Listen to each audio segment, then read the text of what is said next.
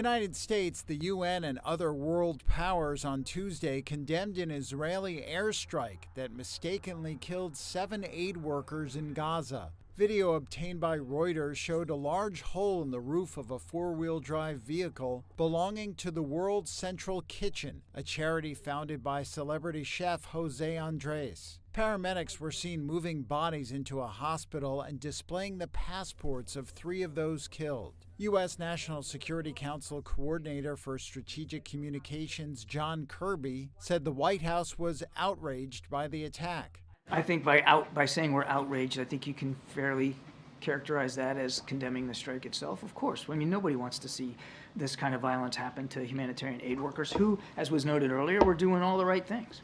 The airstrike killed citizens of Australia, Britain, and Poland, as well as Palestinians, and a dual citizen of the United States and Canada. Jessica Olney was a friend of Australian aid worker Zomi Francom, who was killed in the airstrike. There's no words.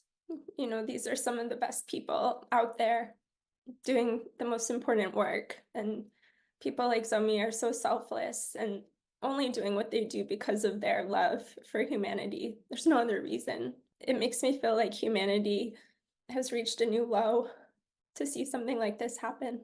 Israel's military expressed, quote, sincere sorrow over the incident. Here's Prime Minister Benjamin Netanyahu.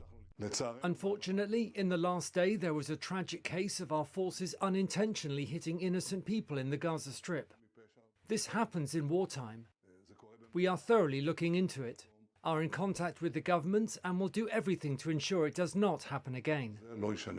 The incident ratcheted up international pressure for steps to ease the disastrous humanitarian situation in Gaza. Nearly 6 months into Israel's siege and invasion of the Palestinian enclave, including from UN Secretary General Antonio Guterres. This is unconscionable, but it is an inevitable result of the way the war is being conducted.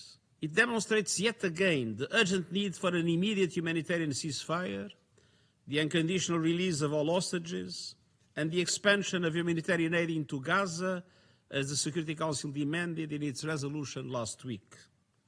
The resolution must be implemented without delay.